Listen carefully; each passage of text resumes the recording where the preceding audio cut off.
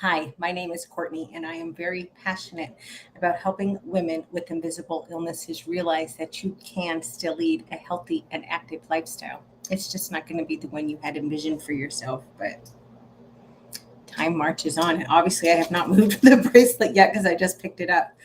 Um, I'm trying really hard not to go on a rant because I'm irritated.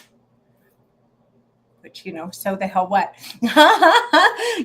So what? Everybody has those moments, but I don't know. We'll get through this and we'll see if I can get over myself a little bit, or you might get a rant at the end.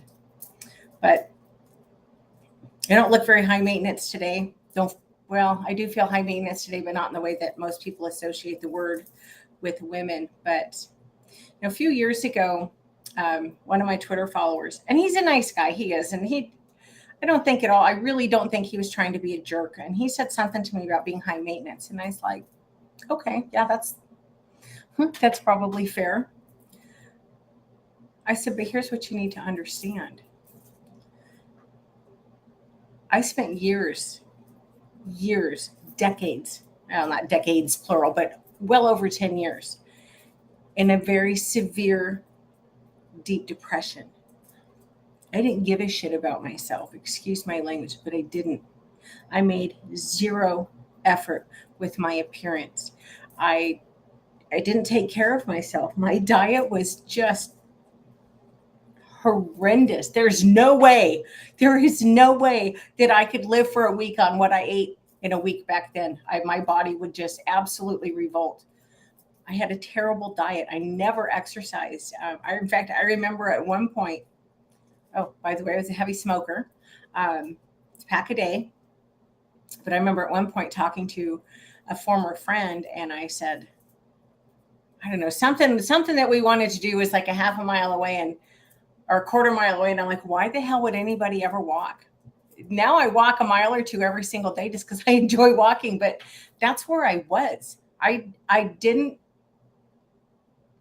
see the point in taking care of myself. I made no effort to deal with my physical health, no effort to deal with my mental health, which it just kept going downhill.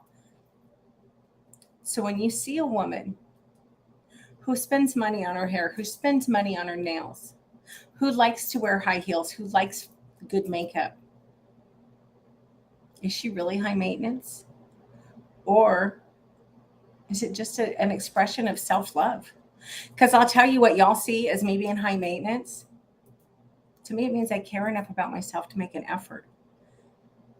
I do try to take care of myself. I exercise. I actually had to, a few years ago, because I was pushing too hard, because I do have health issues, and I had to give up my favorite form of exercise, which was devastating. But I exercise 6 days a week. I walk. I get my 10,000 steps in every single day of the week, almost without fail. The only way that I don't do it is if I am physically incapable, or if I'm traveling and it's kind of hard when you're on an airplane. I spend time with God daily. I work on self awareness daily. The time and effort that I put into my appearance, and then I put into my soul and my mental well being, it really isn't about vanity. I just choose. Look, it would be really easy for me to sit here and boo hoo and poor pitiful pearl myself back into depression, because living with chronic illness, living with chronic pain, it's hard. It's so hard. It it'll eat at your soul. It truly, I know that sounds melodramatic, but it really does. I choose to pull myself together and make the best of my day. I care enough to put a little effort in.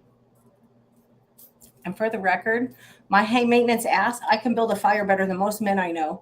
I know how to run a wood splitter. I can split wood with an axe. I'm not very good at it because I've always had a wood splitter.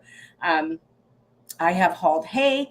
I have shoveled horse crap. I actually, frankly, I kind of enjoy shoveling horse manure, to be honest, because it gave me time to be around my animals where we weren't asking each other for anything. And it's good exercise. You're outside, it's fresh air.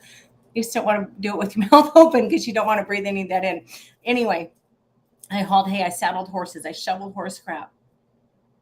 And I did it all while being a so-called high maintenance woman. I did it all with fancy fingernails and with getting my hair colored. And I'm so freaking lucky I don't have to style my hair. But you shouldn't judge people. You don't know what demons somebody has faced down. Maybe she is just high maintenance. Maybe she is. But so what? What the hell business is that of yours? If you don't like it, just stay away from it. But don't be a harsh judge. And I will say, to my Twitter friend's credit, when I explained my take on it to him, he actually said, I'm now thinking about a lot of women in my life, and I think I've misjudged them. So hopefully this little video has done the same for you. And yes, now we're going to go on a short rant. I do have chronic illness. I do deal with chronic pain. And it's such a weird place to be, because the people in our lives, they mean well. Okay. I know that. They mean well. We don't need y'all to judge. Okay. We can go to the doctor and it's like, hey, doctor suggested that I try this. I've looked into the side effects. And in my case, I'm very fortunate. I have a really good friend who's a retired doctor. I can call him and ask him questions. He's got no vested interest in if I take a drug or not. He cares about me. He's a good friend, and he wants me to be healthy, as healthy as I can. I admit I'm lucky in that regard, but I can tell people in my life, hey, look, I've considered the pros and cons. I've talked to my friend about it, and I want to try this. And the response that I get, and I know I'm not the only one in this position. I just might be the only one who has a doctor available to them to talk to that, I can completely trust. But we get so much pushback. Oh my God, why are you going to take that? Do you know what those drugs do to you? And on and on. And if I was in your shoes, I wouldn't do that. Okay, first of all, you're not in my shoes. You don't know what you would do after decades.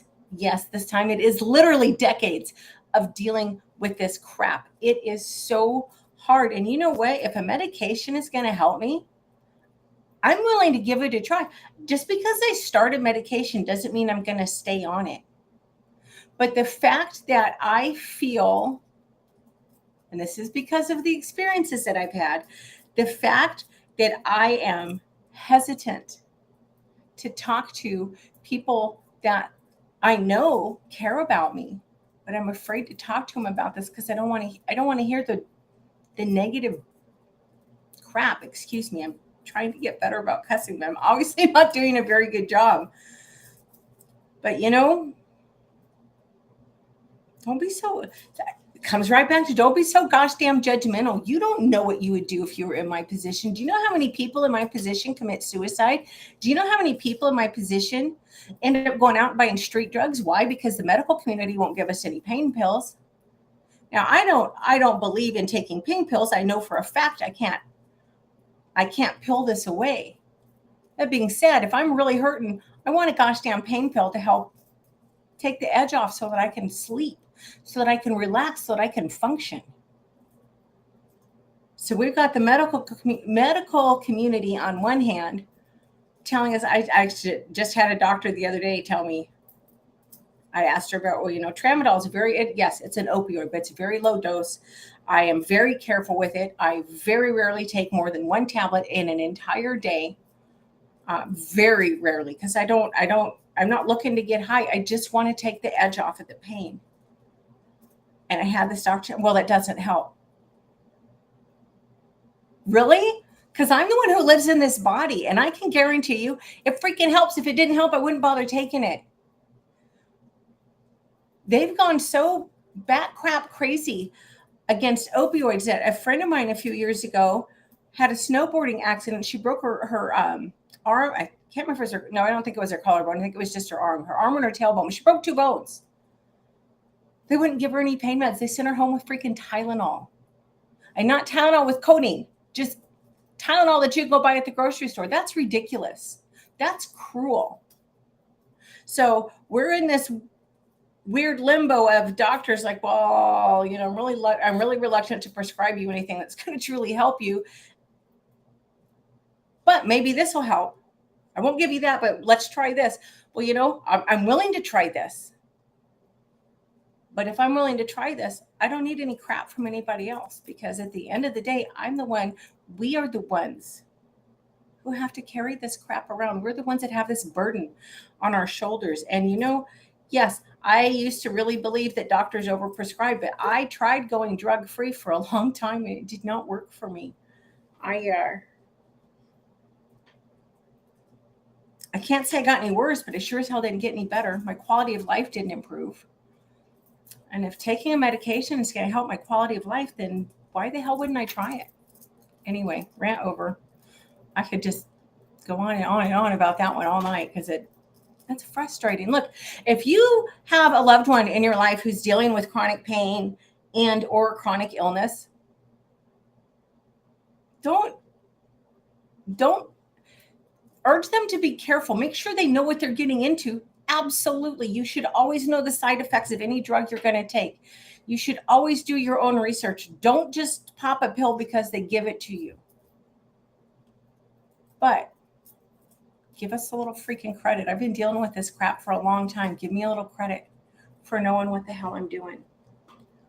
And you get to the point sometimes where you're willing to try anything to get a normal life back. Anyway, I said I was going to finish ranting, so I'm going to finish. I'll have a great night, and the hell that is. And I will be back. When will I be back? Monday at 7:00 Central. I got headaches, so I'm a little spacey. Y'all have a good night.